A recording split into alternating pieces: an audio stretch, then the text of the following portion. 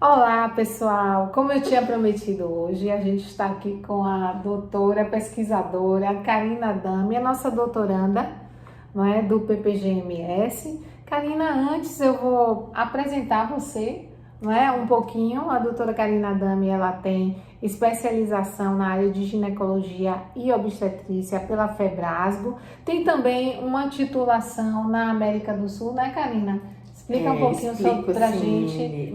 A ginecologia obstetrícia, ela pode ser, digamos assim, se tornar a nossa especialidade, né? Depois que a gente conclui a graduação, através dos programas de residência médica ou de estágios reconhecidos pelo MEC. Aí, se você se interessa pela área de reprodução humana, você estende a sua residência médica. Tem as sub-áreas vai fazendo também, as né? sub-áreas. Exatamente. Tem a endoscopia ginecológica, tem várias áreas Karina agregadas. fez endoscopia ginecológica pela Febrasgo também, fez também a reprodução assistida pela Febrasgo e ainda fez essa titulação de reprodução assistida na América do Sul.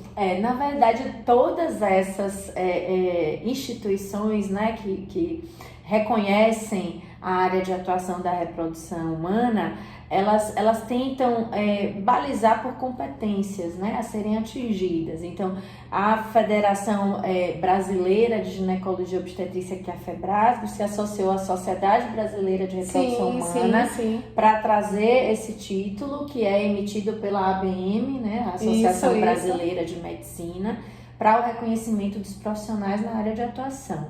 E a Rede Lara, que é essa outra entidade que você trouxe, latino-americana, ela já tem um papel até mais amplo, político e de monitoramento de resultados em toda a América Latina. Então, os centros de reprodução humana são atrelados, né, se cadastram a essa rede e lançam numa plataforma todos os resultados laboratoriais atrelados, né, associados ao processo reprodutivo, aos tratamentos.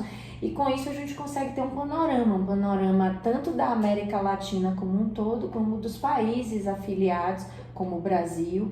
Então a gente vai conseguindo ter essa visão, é muito interessante. E ela também investe na parte educativa há muitos anos. Ela prepara biólogos, prepara médicos clínicos, né, que atuam, como eu atuo nessa área mais voltada ao atendimento direto do paciente. E são os programas de educação continuada, os PECs. E aí nós temos essas titulações. Pessoal, então vocês já viram que a temática de pesquisa da nossa doutoranda, Karina Dami, é uma temática que é muito cara à população brasileira, né? Então a gente fica perguntando muitas vezes, Karina, a gente que faz pesquisa, não é? A quem serve a tecnologia, né? Como é a questão da acessibilidade da tecnologia? Aí eu pergunto a você, por que você está pesquisando dentro dessa temática, né? Uma servidora do Estado, uma servidora federal, não é? Que está debruçada nessa temática importante, né? Trabalhando a questão da acessibilidade.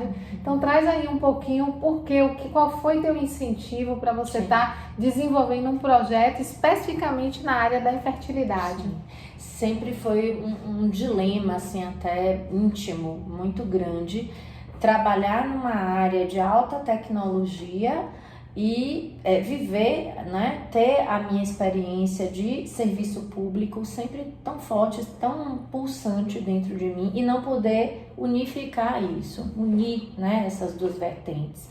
E uma das coisas que eu sempre achava um absurdo até dentro da nossa ideia de saúde é por que a saúde reprodutiva não tinha visibilidade em serviço público, por que o recorte era sempre voltado à contracepção ou exclusivamente à saúde materno-infantil. Eu me dediquei muitos anos, Liliane, à saúde materno-infantil. Eu trabalhava na maternidade Climério de Oliveira enquanto servidora.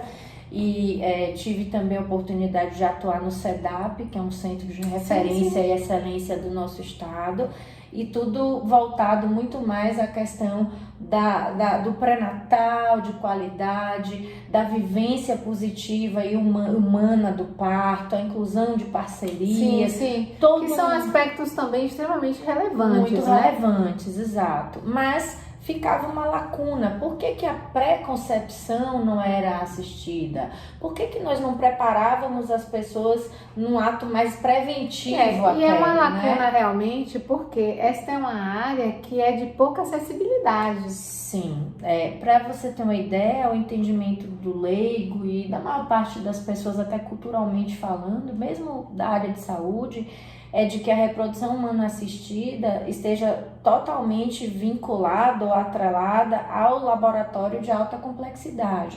As fertilizações in vitro, por exemplo, e tudo que vem no arcabouço que ela traz tecnológico. Mas o nosso entendimento não é exclusivamente esse. A gente consegue resolver 15% hoje dos problemas de saúde reprodutiva com a alta tecnologia e o resto. Por que a gente não inclui mais as pessoas? Por que não tem uma porta aberta para o atendimento? Por que não há uma melhoria de acesso à investigação básica? Então, isso me angustiava como profissional de saúde, confesso a você. E quando nós propusemos ainda na maternidade um programa que atendesse ao casal e de forma antecipatória até, né? Do professor Olívia Lúcia, que você conhece, um entusiasta, desenvolvi um trabalho belíssimo de perda recorrente e me estimulava muito nesse sentido, mas até por limites de gestão e por necessitar de uma interface maior com outras áreas de atuação, como a genética, a urologia e outros colegas que não tínhamos acesso tão facilitado na maternidade. Eu trouxe a proposta para cá, para o Hospital das Clínicas, e fui assim muito bem recebida, muito bem acolhida. Muito interessante. Muito mesmo. Até porque você aqui tem uma interdisciplinaridade maior. Exato.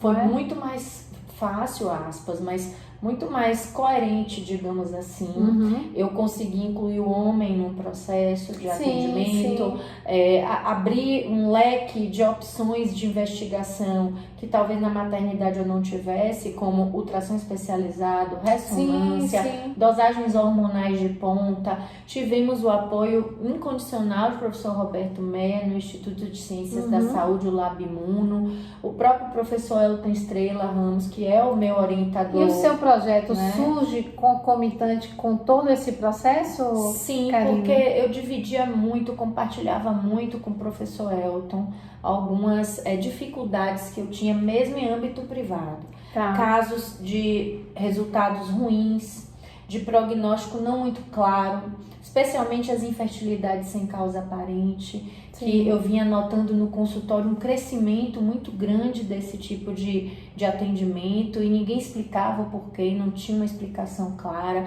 Ou então aquele casal que eu assistia, fazia o apoio, o suporte para engravidar e logo após a mulher perdia porque tinha uma alteração tiroidiana que não foi valorizada.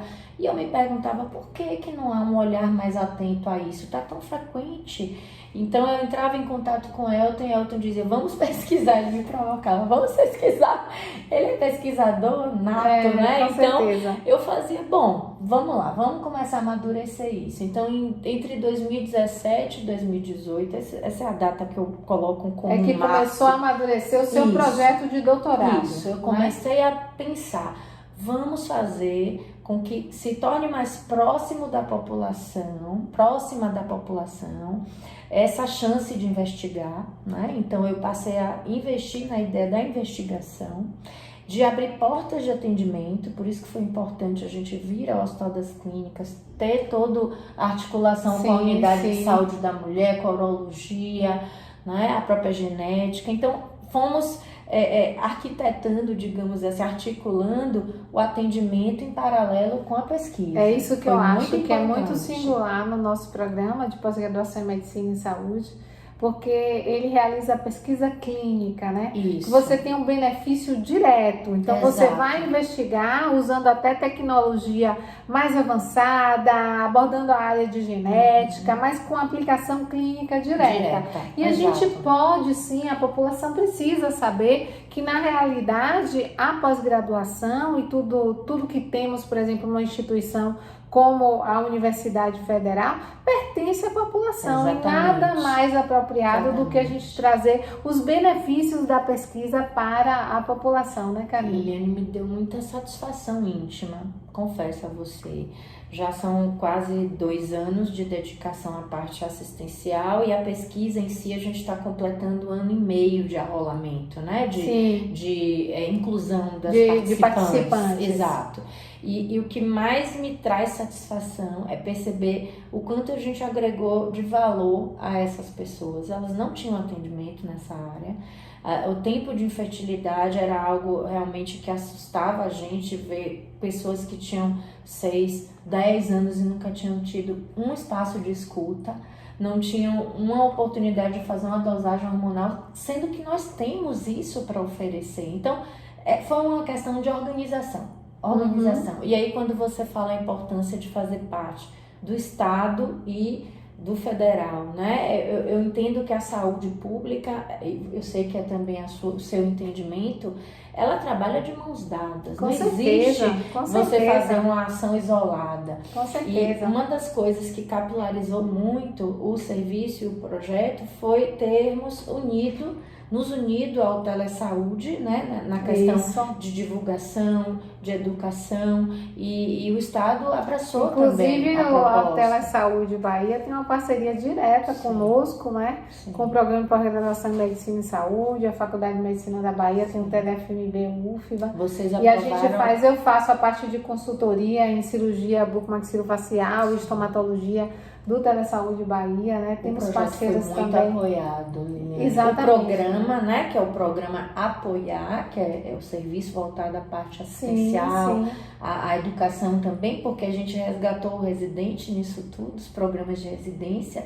Eu recebo residente de saúde da família, eu recebo residente visitante de outras residências. Olha, uma coisa importantíssima, não é? Integração, ensino, pesquisa, serviço, não é? Trazendo a extensão, trazendo a pesquisa. Foi muito bonito fazer tudo isso, estar fazendo tudo isso. Mas eu quero saber uma coisa, a gente tem muito estudante que está acompanhando a gente e que está se preparando nesse momento, exatamente, para submeter o seu trabalho para o próximo CapSprint. Essa é uma pauta que não pode faltar, né?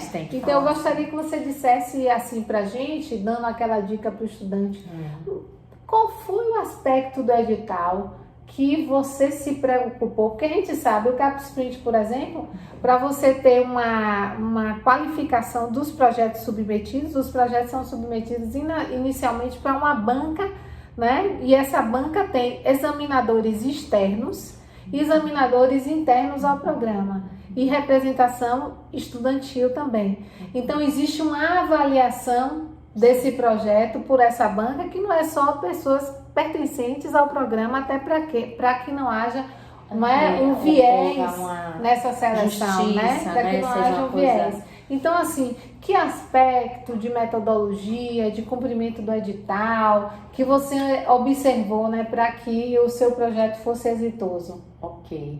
Em 2021, quando eu sentei para fazer uma avaliação até onde tínhamos ido, né? Eu e o professor Elton, com relação ao projeto, e estávamos naquela questão de vamos ter acesso a todos os exames desejados, esse sim, esse não, como fazer. Ele me desafiou e me disse, por que a gente não corre atrás de um edital para fomento?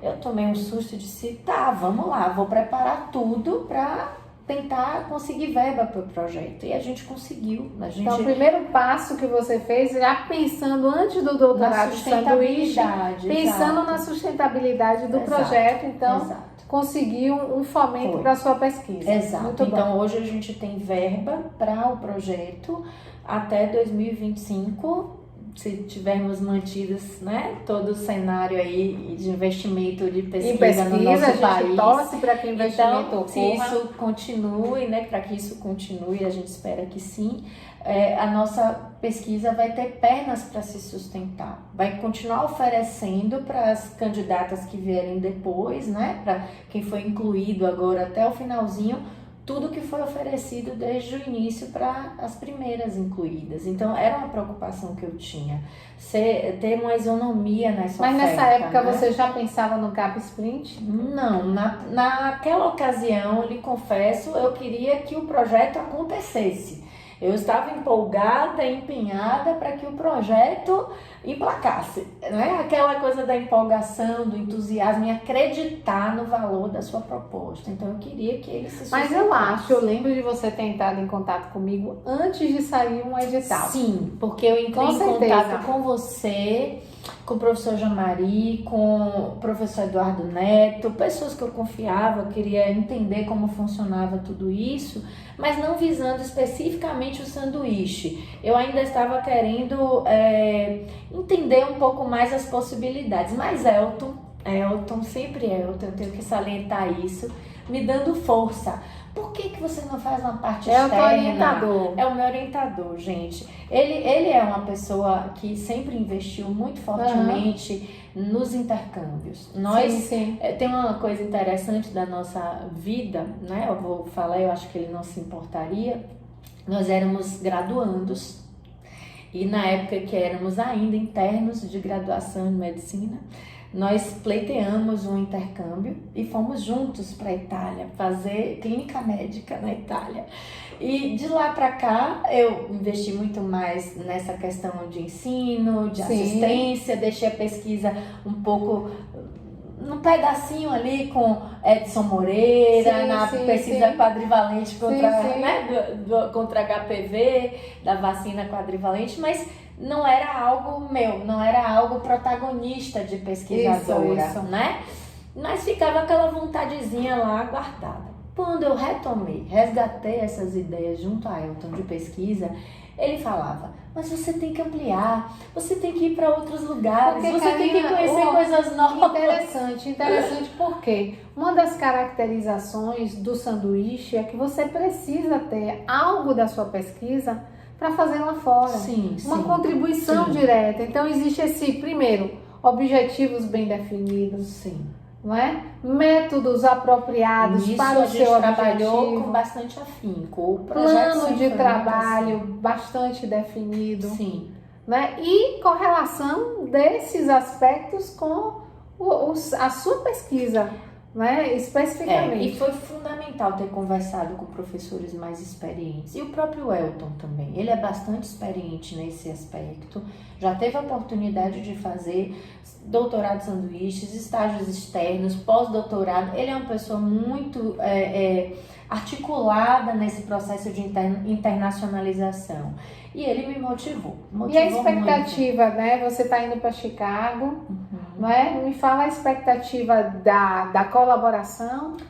Né? Com outro país. Foi essa. Com outra universidade. Nós chegamos ao ponto no projeto em que tínhamos esgotado todas as possibilidades de oferta, de análises das nossas amostras aqui. E nosso estudo tem um caráter muito exploratório, você sabe disso, muito inovador, na ideia de que é algo novo.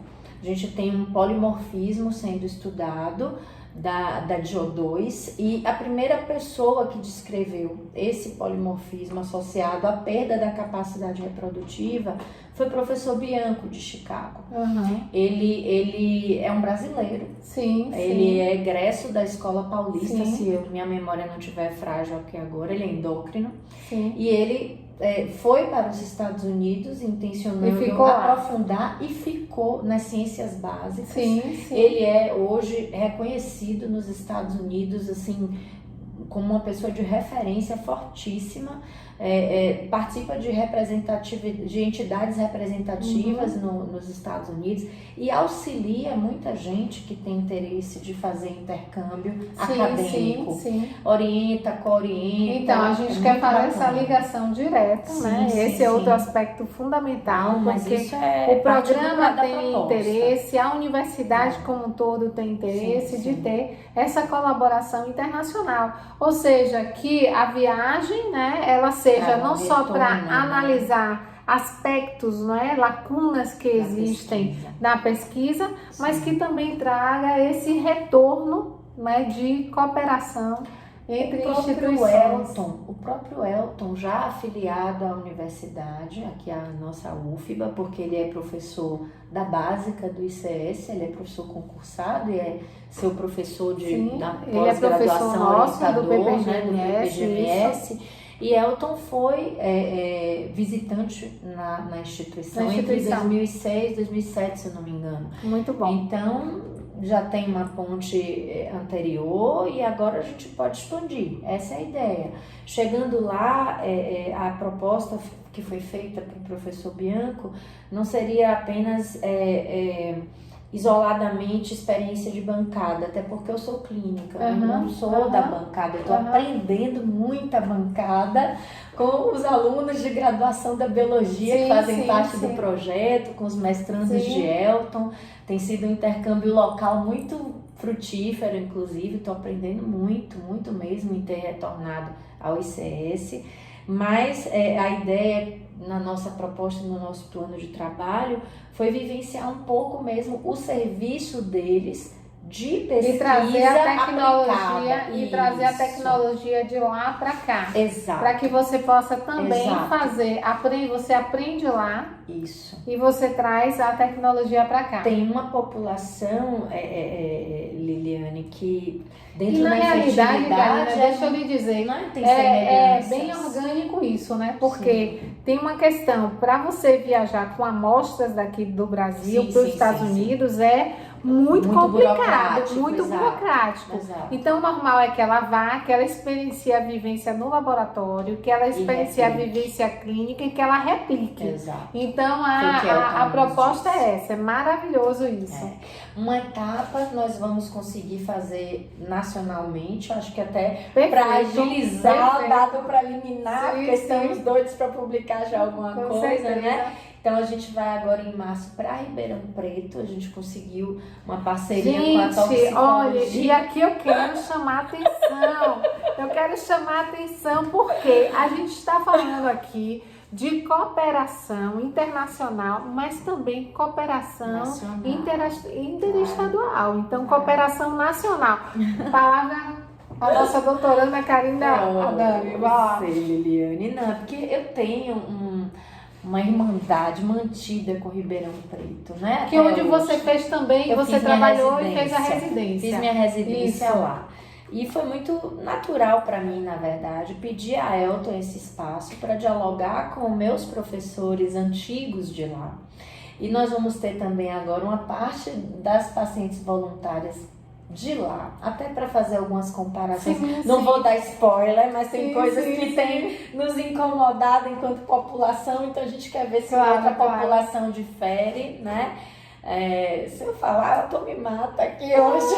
Já algumas coisas não, que a gente não precisa, não precisa falar. Vai perder o magnetismo. Tá muito animada, não fale não. Então, assim, a gente vai até Ribeirão agora, não só para continuar fazendo essa captação de voluntárias, né, para fazer algumas comparações em população distinta, mas também para ir à bancada com o professor Fernando, que é o professor que comanda o laboratório de toxicologia. Nós estamos ampliando para outros oligoelementos, que Elton ficou tão encantado com o que a gente achou que ele quer expandir, e os disruptores, né? Endócrinos. Então, como é biorepositório, essa é uma dica boa, gente, fazer biorepositório. Porque, que também requer alguns aspectos do comitê de ética, mas isso aí você pega na sua instituição, tá? Esses reclames você pega na sua instituição. Mas dá para fazer. Dá para estruturar, faz tudo direitinho. Dá. Agora, Kari, eu vou dizer uma coisa para você, porque você também não vai dar muito spoiler da sua pesquisa. Não pode. Não, eu vou falar exatamente. Mas olha, uma coisa aí, pessoal, que a gente vê que é uma característica da nossa doutoranda é amor pelo que se faz. Né? Você vê que ela realmente está debruçada no seu objeto de pesquisa, e eu acho que isso é muito fundamental para você, não é fazer um trabalho e também retornar à sociedade aquilo que é dela. Eu insisto nisso porque eu tenho orgulho de ser funcionária pública, eu tenho orgulho, né, de servir a população por meio do meu trabalho, né? Seja quando eu estou exercendo a profissão, aqui no Hospital das Clínicas, né? Seja quando a gente está fazendo retorno em pesquisa. E quem me conhece sabe, recentemente a gente incluiu uma etapa que não estava prevista em pesquisa, porque eticamente eu queria fazer isso. A gente incluiu o aconselhamento pós-teste para as nossas participantes. Perfeito. E eu conversei com a Angelina, eu fui atrás, né? A Angelina da Genética. Sim, da Genética, que é nossa professora também, isso, permanente. Né? E Betânia, que tem também dado muito apoio ao nosso projeto, Maria Betânia Torales. Então, eu acho que é você perceber que a sua pesquisa pode trazer algo de diferente para a vida daquela pessoa. Maravilhoso. Eu já ouvi aí, dentro desses aspectos que a gente falou, eu já falei sobre amar aquilo que se faz, né? Ter todo esse engajamento na sua pesquisa. Que conselho você daria para os nossos discentes que estão pensando aí em fazer a próxima submissão para o CapSprint para o doutorado colegas, a gente já falou de dialogar com pessoas experientes, nós já falamos do entusiasmo e de você valorizar e acreditar no propósito do seu projeto. Mas a gente precisa ter organização, porque na hora que vem um edital desse, com tantos detalhes, prazos a serem cumpridos, documentos a serem enviados... já se pode trabalhar no edital, por exemplo, esse último edital que saiu, não é? O discente já pode pensar antes e deixar ele prontinho, já. Esperando sair o próximo edital. Você se antecipei a alguns documentos, não fiz nada de última hora. Já fez o seu teste? Vinha amanhã. Vai fazer amanhã, vai dar tudo certo, o teste de proficiência vai dar tudo certo. Tomara eu passe, vai dar tudo certo. Mas assim, a questão da organização documental, porque eu acho que uma boa apresentação, né? Você trazer tudo bem escrito, bem descrito, fortalecer sua metodologia. Eu trouxe o desenho todo arrumadinho.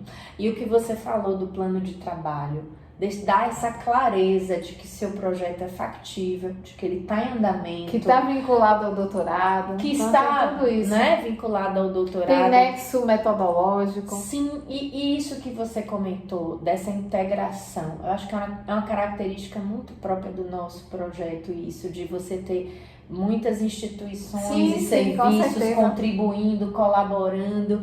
E falando em colaboração, eu não posso deixar de falar que essa integração ou interação com o próprio orientador, porque assim, é uma retroalimentação, né? Sim. Quando a gente coopera com o nosso orientador, com o programa, sem nenhuma pieguice aqui, tá? Quantas vezes eu já lhe perguntei, Liliane, essa determinada documentação ajuda o programa? Ainda me manda mensagem que você ajuda o programa? Porque, gente, se eu tô jogando a favor do programa, ou jogando a favor do meu orientador, eu tô jogando a favor de mim mesma, do projeto, das pessoas que eu tô atendendo. Exatamente. Então, eu creio que se tiver essa visão, eu sempre que tinha uma ideia de dizer, Elton, o que é que você acha disso? Elton, eu mando mensagem pra ele também, viu? Não é só você que tem abuso, não. Então, o meu orientador me suporta. Eu estou disponível para todos os discentes. Eu atendo todos. Eu sei disso, Liliane, mas você é muito disponível enquanto coordenação, você sabe disso.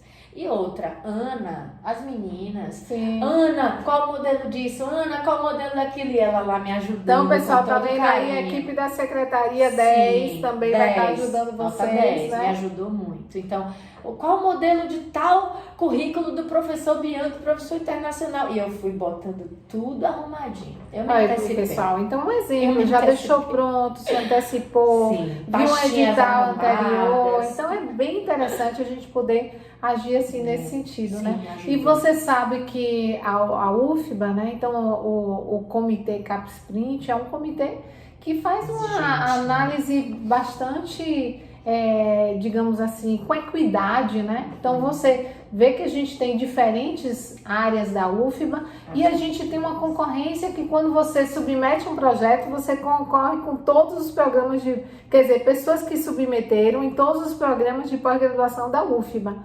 Então, na realidade, é muito competitivo e é muito importante que se tenha esse cuidado, né? Apesar de toda essa equidade, né? É lógico que um trabalho metodologicamente bem desenhado, com relevância clínica, com retorno da população, tem muita chance de chegar lá, né? Sim, e eu lhe digo que para mim, particularmente, agora eu falo realmente, não só em torno de uma equipe ou do meu orientador, mas para mim, Karina, que sou egressa da UFBA, né? Eu fui aluna da casa, eu fui interna Eu sou toda daqui, UFBA também, sabia? né? Então, eu tive uma experiência muito bacana na escola baiana, eu devo salientar, claro, na época claro. eu trabalhava, né? Carga horária muito pesada, com tantos vínculos, ainda privado, e foi uma experiência muito enriquecedora também. Um beijo para Luiz Cláudio Correia, querido.